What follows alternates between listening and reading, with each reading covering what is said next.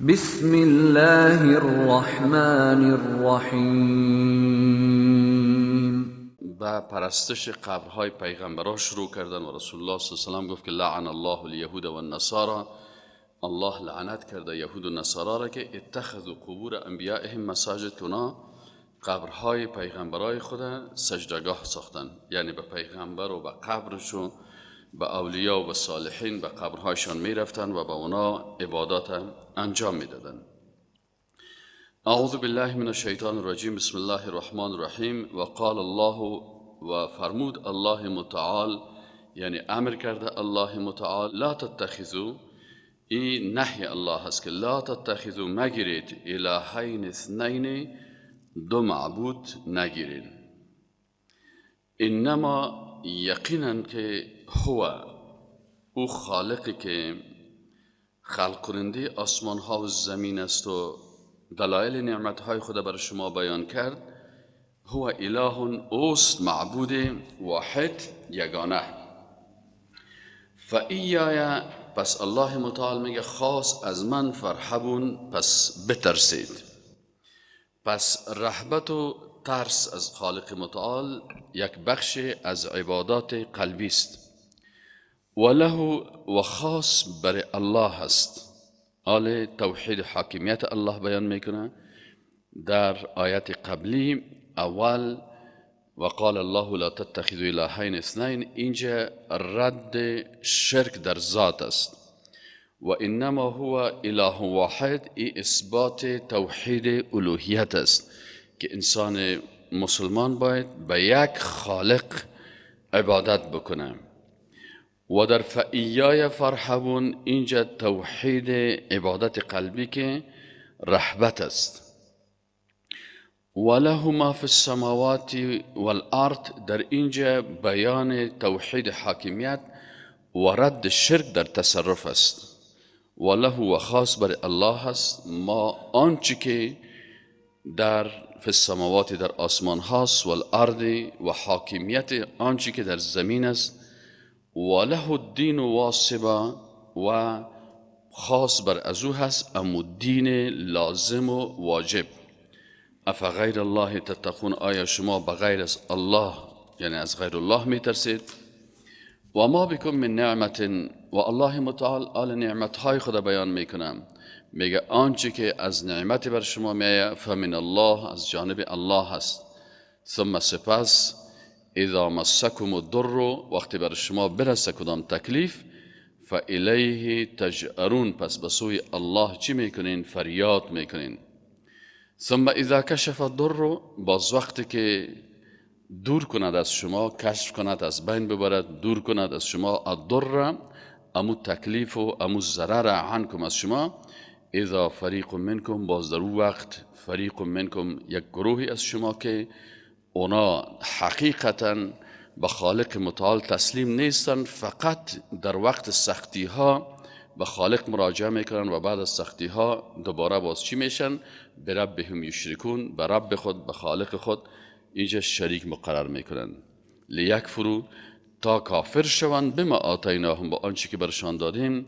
فتمتعوا، پس اونا بهره بگیرن، لذت بگیرن چند وقت. فسوف تعلمون، باز اینا انشاءالله خواهند دانست، در وقت جان کندن، در وقت دیدن ملک الموت، در وقت عذاب قبر، در وقتی که در مقابل صراط و میزان استاد میشن. پس در این صورت باز همهش خوب و علم چی میشن؟ علم الیقین باز میدانن. آیت بعدی رد شرک در نظر بیان میکنه که و یجعلون، میگردانن، لما لا یعلمون، با آن چیزی که ایشان نمیدانن، نصیب مما رزقناهم، نصیب از آنچه که برشان رزق دادیم. پس اینا چی میکنن؟ در نظرهای خود هم به مخلوقاتی که اونا را پرستش میکنن، برام از اونا نظر میگیرن و بر از اونا نصیب قائل میشه. تالله، الله متعال قسم یاد میکنن که قسم است به الله، لتسألن، حتما سؤال کرده میشوین، عما کنتم تفترون، از آنچه که شما افترا و تهمت میکردین بر الله. یعنی اکثرا کسانی که نظر بر مخلوق میگیرن بازی تهمت میکنن بالای الله، بالای پیغمبر، بالای علما، بالای فقها تهمت میکنن که اینا شرکی را که تهمت میکنن بالای اولیاء که العیاذ بالله اینا خودشان گفتن که نظر به نام ما بگیرین، نظر به نام مخلوق بگیرین و این شرک نسبت میتن العیاذ بالله به الله و رسولش و به اولیاء الله. دیگه رد شرک در ذات خالق متعال است. در آیت بعدی آیت 57 و یجعلون لله البنات، یکی از مشکلات مردم جاهلیت چی بود که خودشان دخترها را خوش نداشتن و یکی از عادات مردمای بی ایمان است. همیشه کسانی که اندیشه جاهلیت داشته باشند زن ستیز و دختر ستیز می باشند و در مقابل دخترها اساسیت می داشته باشند و خوش ندارن که دختر داشته باشند. باز مشرکین بیادبیشان چی است؟ آنچه را که خوش خودشان نمیه باز را به الله نسبت میدادن. و یجعلون و اینا مقرر میکنن لله برای الله متعال که خالق بینیاز است، لم یلد ولم یولد ولم یکن له کفوا احد است. برای چی تعیین میکنن؟ البنات، دختران میگن العیاذ بالله ملائکه دخترای الله هست. سبحانه پاکیست الله را از داشتن همسر و فرزند و دختر و پسر و شریک و سکرتر و رئیس دفتر. الله از همه از اینا پاک است، به این چیزا نیاز ندارن. ولهم و برای خود باز چی رو تعیین میکنن؟ ما یشتهون، آنچه را که اشتها دارن، یعنی بسیار مطابق خواستشان است. باز بر خود میگه ما پسر داریم، العیاذ بالله برای خالق متعال چی میکنن؟ دخترها را نسبت میتن. اینجا الله متعال در آیت 58 الله متعال یک فرهنگ خطرناک جاهلیت بیان میکنه که او فرهنگ دختر ستیزی و یا دشمنی با دختر داشتن است که اگر دختر داشته باشن بد میبرن. این انسان های جاهل امی عادت دارن.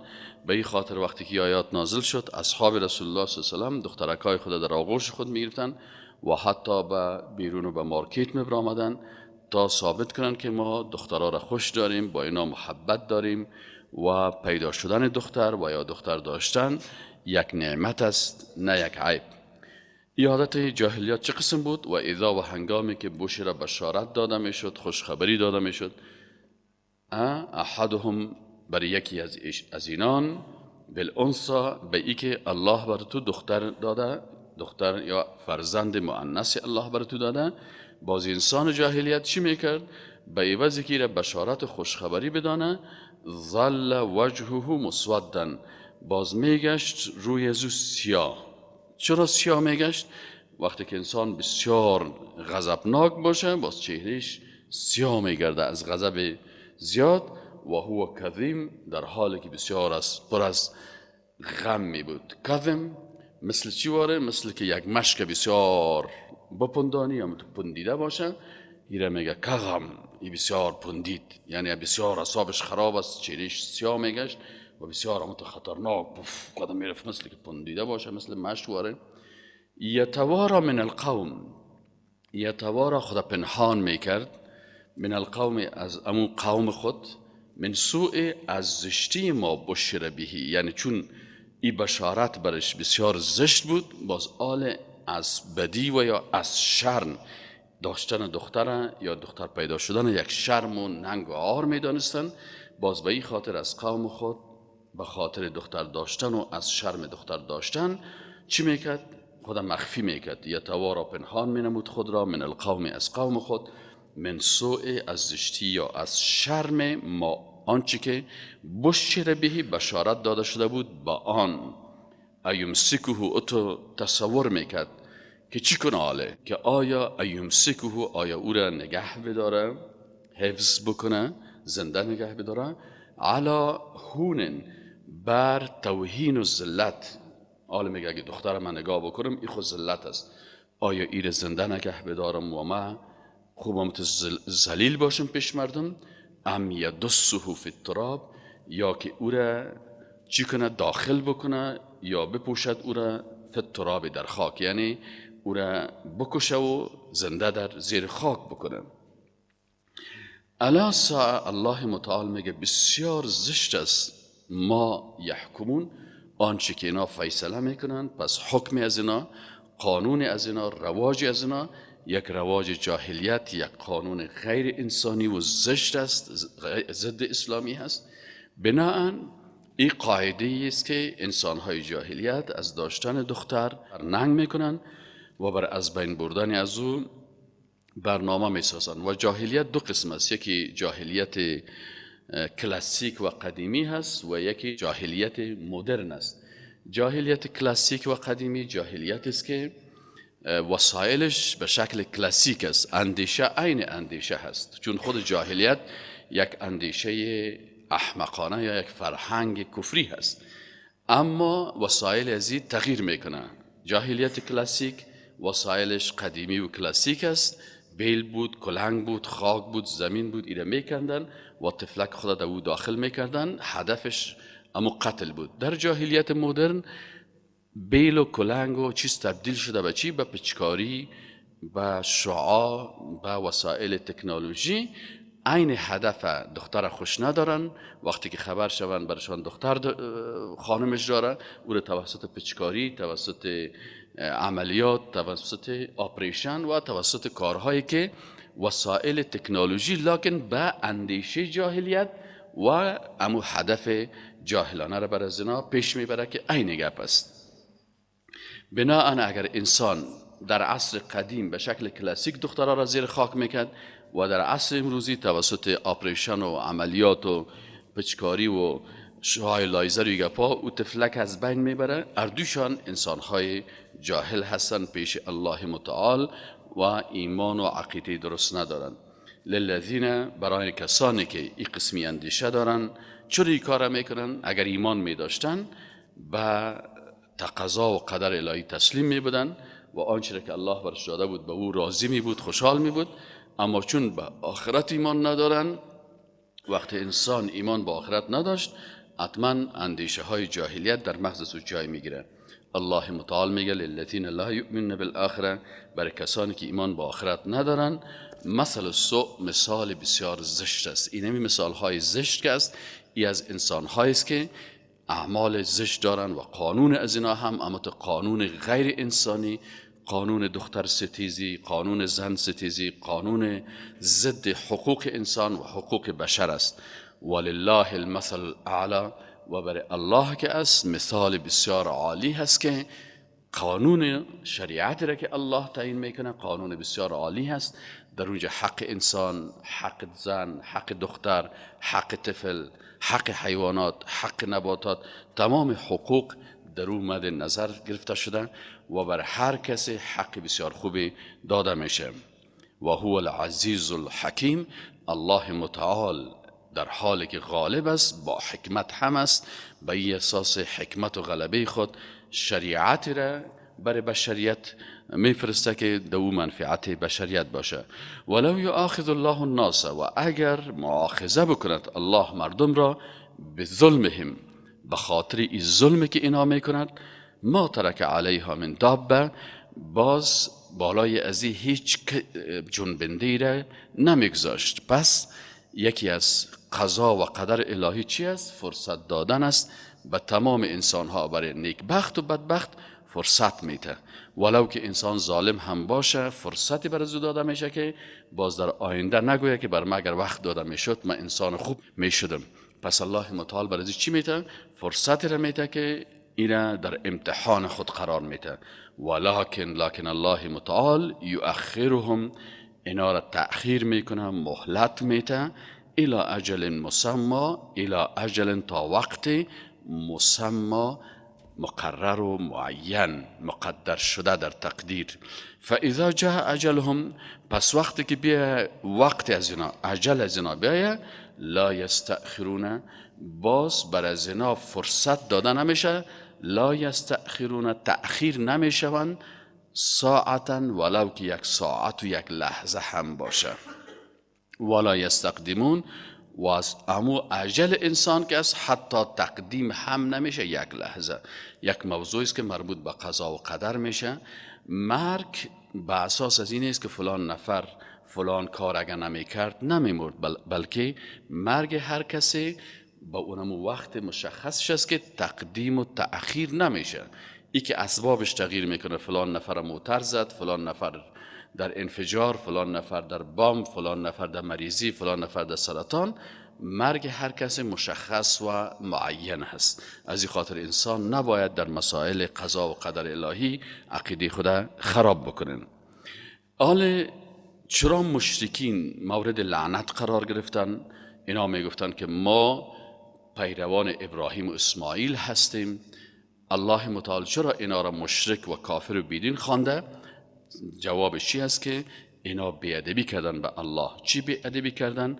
و یجعلون و میگرداندن، مقرر میکردن لله بر الله ما آنچه را که یکرهون خودشان از او بدشان میامد، دختر بدشان میامد، باز این نسبت میدادن به کی؟ به خالق متعال. ببینین چقدر زشت است. و تصف الله متعال میگه در حالی که وصف میکرد، بیان میکرد السنتهم زبانهایشان الکذب دروغ را، ان لهم الحسنا که بر از اینا که هست نیکی ها هست. ما فرزند داریم، ما پسر داریم، ما 12 تا پسر دارم، ما 20 تا پسر دارم، ما 40 تا پسر دارم. 20-30 زن میگرفتن، میخواستن که مثلا 60-70 تا پسر داشته باشن. این حسنا و خوبی هایی که به نظر جاهلا داشتن پسران زیاد این خوب است، میگه فی از ما هست. و به خالق یکتای ذوالجلال با عظمت بی‌نیاز باز دخترها را نسبت میدادن. اینمی سبب ذلت و شرک و کفر و لعنت از اینا شد. لا جرم الله متعال میگه دی شک نیست، لازم است این کار که ان لهم النار، که الله متعال باز بر از اینا خاص کرده چی را؟ النار، آتش دوزخ را. و انهم مفرطون، و اینا به جهنم فرستاده می شوند، در جهنم داخل می شوند. تالله، الله متعال قسم یاد میکنه که قسم است به ذات ذوالجلال الله متعال، لقد ارسلنا، یقینا که ما فرستادیم، الى من قبل، که برای امتهای قبل است ای رسول الله صلی الله علیه و سلم، فزین لهم الشیطان و اعمالهم، با زینت داد بر از اینا شیطان امی اعمال و اعتقادات زشت از اینا را. شیطان همیشه ایره چی میته؟ بسیار زیبا جلوه میته. دو قسم شیطان هست، یکی شیطان های جنی هست، دیگه شیطان های انسانی. شیطان های جنی از طریق وسوسه هر عمل زشت برای انسان بسیار زیبا نشان میده. عقیده بسیار خوبش است، نظرت بسیار خوبش است، تو بسیار عاقل هستی، فهمیده هستی، هوشیار هستی. و شیطان های انسانی از طریق رسانه ها امی قسم تبلیغ میکنن که زشتی ها، گناه ها، بدی ها، کفریات، شرکیات یا کلش خوب و آزادی و احترام و حقوق و انسانیت میدارن. پس الله متعال بر رسول الله میگه شما غمگین نباشین، جگرخون نباشین. قسم است الله متعال میگه به امتهای قبلی هم ما فرستادیم پیغمبران را، لکن فزین لهم الشیطان، و باز شیطان های انسانی و جنی برشان اعمالشان زینت داد. فهو ولیهم الیوم، از این مردم های بیدین دوستشان، ولیشان کی است امروز؟ امو شیطان قبلی هست، امو شیطان های انسانی و امو شیطان های جنی که قبلا دوست کافرها بود، امروز هم دوستشان است. و لهم، و برزنا هم عذاب علیم، عذاب دردناک است.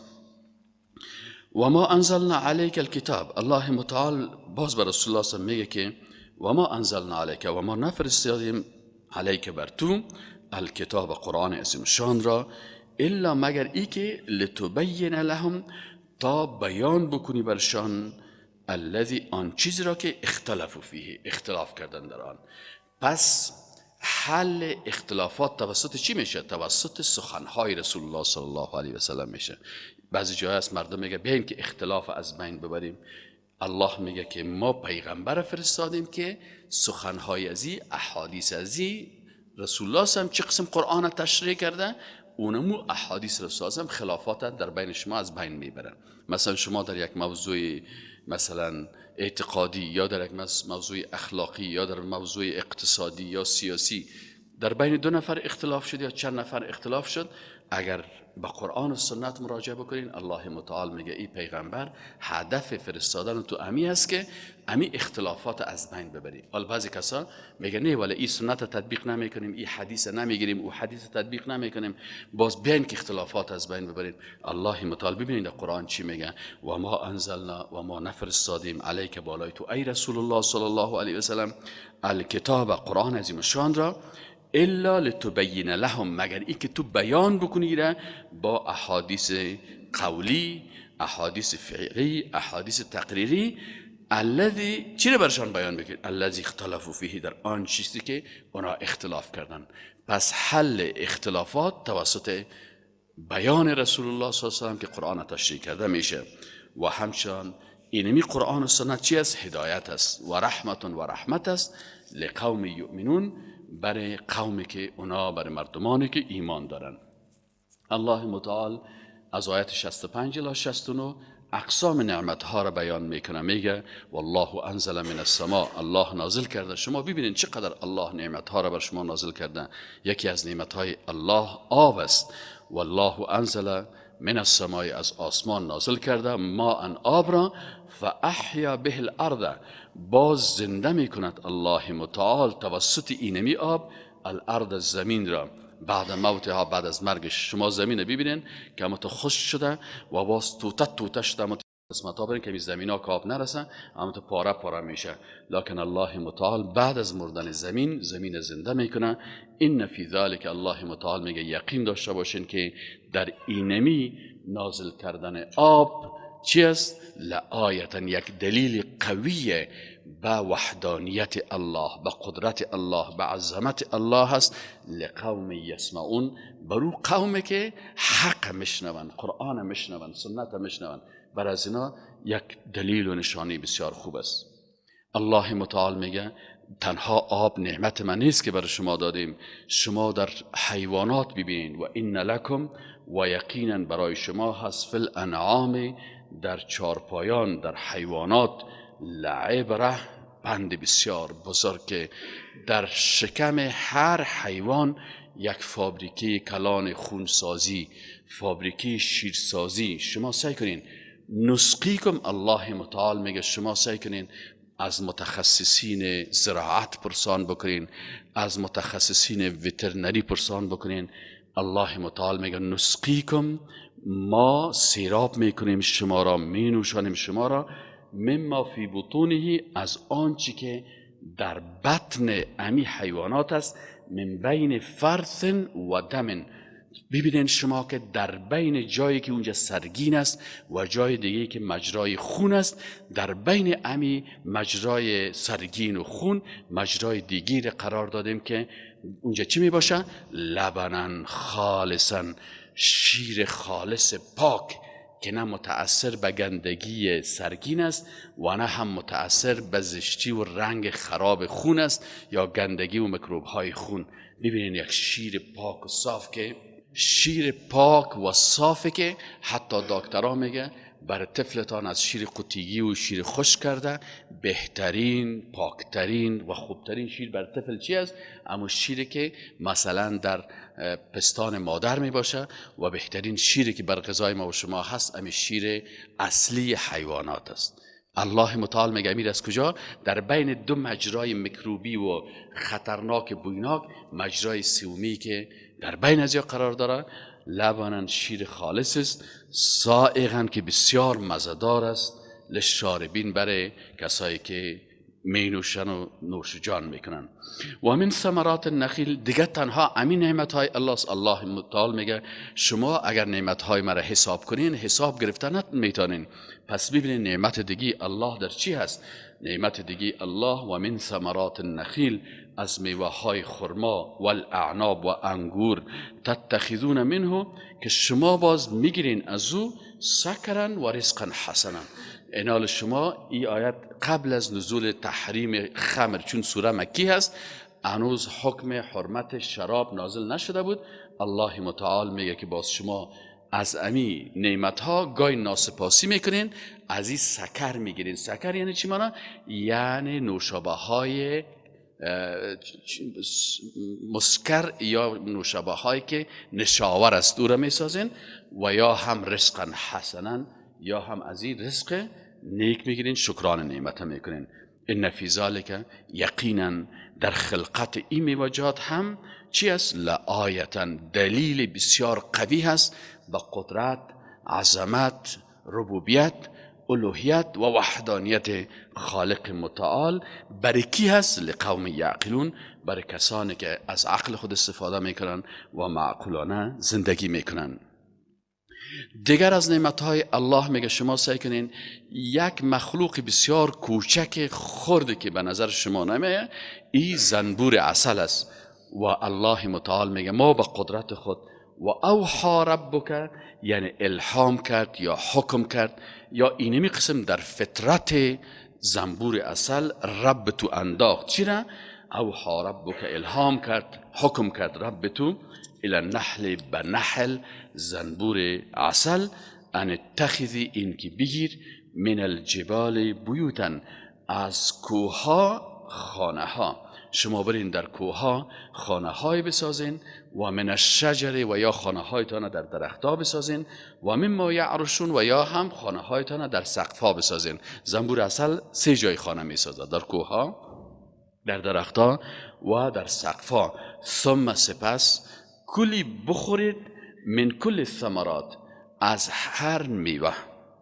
فسلکی، پس برو، سبل ربک، براهای پروردگارت، ذللا یعنی رام شده. یکی از معجزات علمی قرآن، امی دانشمندای ساینس وقتی که نوشته کردن 2 معجزه قرآن دمی 2 آیت تیر شد. یک معجزه قرآن که بیان میکنه شیر که در بین مجرای سرگین و خون است. ایره هم دانشمندای ساینس تحقیق کردن و ایره با دقت تشریح کردن، سر از اینکه بسیار کتاب ها نوشته کردن. و معجزه دیگه خود معجزه زنبور عسل است که چند کیلومتر خط هوایی پروازی برای خود در آسمان میسازن. ایره کشف کردن و بالاخره میرن به بسیار جای دور، از اونجا از گلها مثلا همون شیریش میگیرن و دوباره راه خود غلط نمیکنن، تو منظم پاک و دوباره پس به مو جای خود میرسن تا که عسل چی شوه؟ تولید شوه. دیگه الله متعال میگه ما بر از اینا گفتیم که بخورین از هر میوه ها و از هر گل ها و ایا، فسلوکی، پس بگیرین، سبل ربک، راه پروردگارتان، یعنی امور راههایی را که الله بر شما یک سبل گفته، یعنی هر زنبور یک راه خاص، یک سرک خاصی برای خود از همین جایی که حرکت میکنه، همونجا یک سرک خط پروازی که چه قسم پرواز بکنه، مثل که در آسمان برای طیاره ها سرک های پروازی جور شده که طیاره با یکی دیگه خود تکر نکنه. امی زنبور اصل هم امی قسم است. ذلالک، بسیار میگه شما رام شده هستین. یخرج، خارج میشه، من بطونها، از بطن امی زنبورهای اصل، شراب مختلف الوانه، شراب آشامیدنی، نوشابه. ما شما شراب خمر میگیم، اما عرب ها شراب هر نوشابه را میگن. متوجه هستین؟ نوشابه های مختلفون که مختلف است، الوانه، رنگ هایش، فیه، در اینمی عسل که شفاء للناس، شفا هست برای بسیاری از امراض. یعنی کل امراض نمیتونه انسان بگویه، لکن شفا است برای بسیاری از امراض که مثلا امروز دانشمندا و متخصصین بسیاری از امراض معده و بسیاری از امراض خطرناک میگن که توسط عسل چی میشه؟ تداوی میشه. یه هم یکی از معجزات قرآنی است. ان فی ذلک، یقینا که در اینمی، لآیتا، در اینمی خلقت زنبور عسل، شفا بودن عسل، تولید عسل، در کل زی الله متعال میگه لآیه، دلیل هست به ربوبیت و وحدانیت و قدرت خالق متعال. لقوم، برای قومی که یتفکرون، اونا مردم مفکر هستند، دانشمند هستند، صاحب تفکر هستند. اما انسان هایی که از عقل و از فکر خود استفاده نمیکنن، احمقانه زندگی میکنن، باز در اینجا متوجه نمیشه. الله متعال دلایل قدرت خود آل در نفس خود انسان میگه. الله متعال میگه شما کائنات دیدین، زمین و آسمانه، تحقیق کنین، باز به این تحقیق کنین در قسمت حیوانات و نباتات. عالم میگه در وجود خود شما والله خلقکم، الله میگه او ذات قدرتمند و با عظمت است که خلقکم، شما را خلق کرده، ثم سپس یتوفاکم، شما را میمیرانه، و منکم، و بعضی از شما من کسانی می باشند که یرد و برده می شوند الی ارذل العمر، به خاردترین مرحله زندگی. او چی است؟ سن بلندتر از 75 و 85 و 90 سالگی است که این انسان بسیار ضعیف میشه. لکی لا یعلمه، تا که ندانه امی شخص بعد علم شیئا. باز انسان که 90 ساله و 100 ساله میشه، باز تمام یادداشت‌های خود چی میته؟ از دست میته، فراموش میکنه، حتی دختر خود، پسر خود، بسیاری اقارب خود، دوستای خدا نمیشناسه. و این هم الله متعال میگه شما که قدر عقل دارین، دانش دارین، فهم دارین، این هم دلیلی برای قدرت ما هست. و بالاخره ضعف انسان هم نشان میده که باز اگر آلده جوانیت افتخار نکو، از عقلت استفاده بکو، ات روزی نشه که باز خودت 80 ساله و 90 ساله شوی و خودت همه چیز دانش و عقل کل چیز از دست بدی. ان الله، ای به خاطر چی هست که یقینا که الله علیم، بسیار عالم الغیب است و علم بسیار زیاد داره و قدیر، بسیار قدرتمند است. والله، و الله متعال فضل، فضیلت داده هست بعضکم، بعض از شما را، علی بعض، بر بعض دیگه شما. در چی؟ فی الرزق، در رزق. یک کسی مثلا بسیار امکانات داره، اقتصاد بسیار بلند داره، و یک کس دیگه هست که اقتصادش بسیار کم است. این بلندی اقتصاد و ضعف اقتصاد به چی هست؟ به این دلالت میکنه که قوت اقتصاد و ضعف اقتصاد، یک کسی را الله در امکانات مادی زیاد امتحان میکنه و یک کسی دیگر را در امکانات مادی و مالی کم امتحان میکنه. در هر دو حالت بر انسان یک امتحان است. او را در مالش امتحان میکنه و ای را در فقرش امتحان میکنه. این حال الله متعال میگه فمن الذین فضلوا، پس نیستن آنان که فضیلت داده شدن، به رادی رزقهم، که بدهند رزق خدا، امو چیزی که برشان نصیب شده، علی ما ملکت ایمانهم، به کسانی که زیر دستای از اینا هستند و دستای از اینا مالک از ایناست. فهم فی اسوا، باز دو صورت کل از اینا با هم چی شوند؟ مساوی شوند. افبنعمت الله یجحدون، آیا این مردم به نعمتهای الله انکار میکنن؟ امی کسایی که مالدار هم هستن، یک نعمت از جانب الله هست که بر از اینا داده شده هست، نباید از نعمت الله چی کنن؟ انکار بکنن. والله، دیگر دلایل قدرت الله در انسانها چی است؟ والله جعل لكم من انفسكم ازواجا، و الله متعال جعل گردانیده است لکم، برای شما، من انفسکم، از نفسهای خود شما، ازواجا، همسرانتان، یعنی همسرانتان از جنس خودتان است. اما قسم که شما شخصیت خوبی دارین، همسرایتان هم پیش الله دارای شخصیت و عزت عالی می باشه. و جعل لکم من ازواجکم، و باز آفریده هست لکم، برای شما، من ازواجکم، از همسرانتان، بنینا، پسران، و حفده، بنین، پسران و اولادها، و حفده و نواسه ها. و رزقکم من الطیبات، و الله متعال شما را رزق داد من الطیبات، از چیزهای پاک. افبالباطل، با وجود این دلایل، آیا شما افبالباطل، آیا به باطل یؤمنون، ایمان می آورند، و به نعمت الله هم یکفرون، و به نعمتهای الله اینا کافر می شوند؟ این کار وقتی که میکنن، این مردم بسیار مردمای ضعیف هستند. آن نشان میده، میگه الله متعال این نعمتها و این دلایل قدرت خدا بر شما بیان کرد که خالق چقدر با عظمت است. در مقابل از این مخلوقات ضعیف را که اینا عبادت کردن، اونا را برشان الله معرفی میکنه و میگه و یعبدون من دون الله، این مردم عبادت میکنن بغیر از الله، ما او مخلوقات را عبادت میکنن، لا یملک لهم رزقا من السماوات، که بر از اونا مالک رزق نیستند، از آسمان ها و الارض و از زمین، شیئا چیزی، ولا یستطیعون، و نه هم میتوانند که مالک ازی باشند. شما اگر به یک مجسمه عاجز میرین یا به یک قبر عاجز میرین، او لقمه از رزق بر شما داده نمیتونن. چرا؟ رزق شما اما رزق مقدر است که خالق متعال بر شما تعیین کرده. فلا تضربوا لله الامثال، پس بیان مکنید، فلا تضربوا، پس مزنید یا بیان مکنید، لله برای الله، الامثال مثال ها، یعنی شریک مسازین برای الله این مخلوقات. این مخلوقات نه در ذات، نه در صفات، نه در عبادت، نه در قدرت، با هیچ چیز با الله مشابهت ندارن. شما این بیادبی را نکنین که مخلوق با خالق و خالق با مخلوق تشبیه بکنین.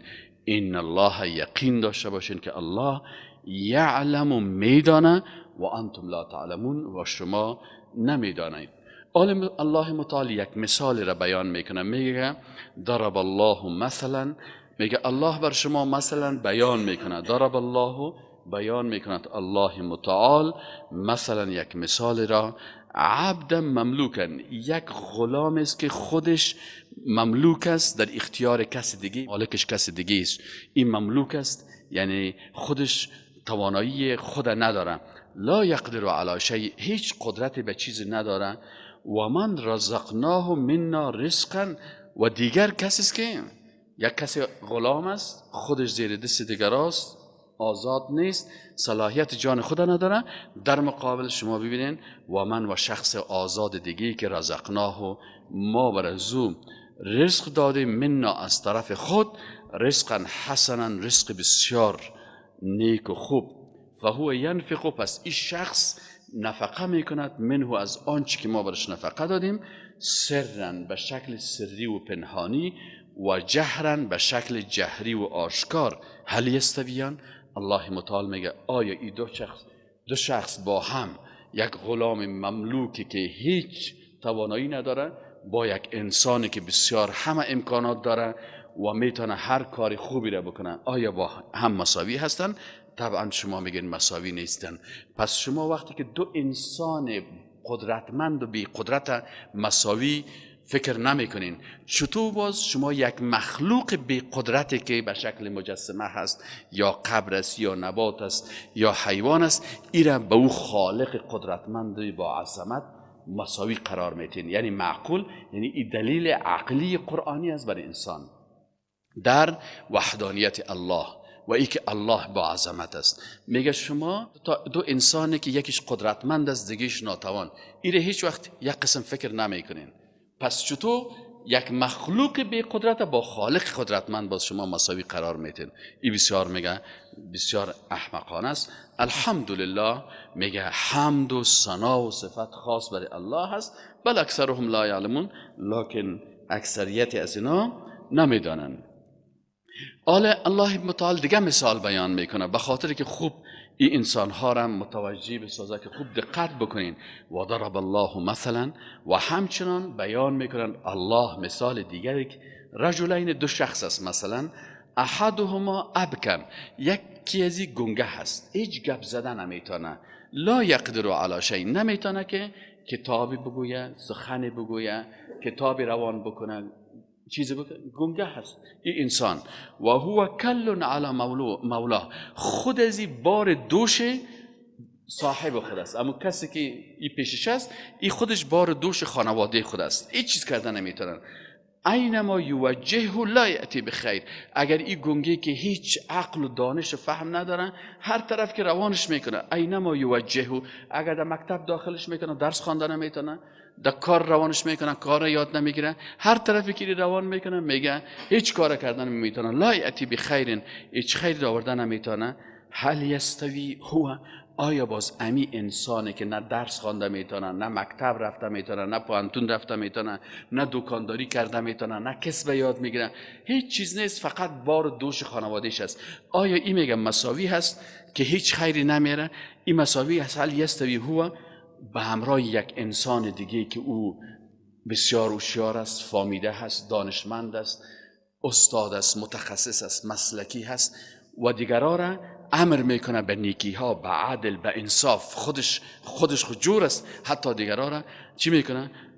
دعوت میکنه به نیکی ها. و هو علی صراط مستقیم، و این در راه راست است. میگه شما تصور بکنین آیا انسان گنگ بار دوش جامعه که هیچ چیز کردن نمیتونه، این با یک شخصیتی که امی صفات عالی رو داره شما مساوی فکر میکنین؟ طبعا فکر نمیکنین.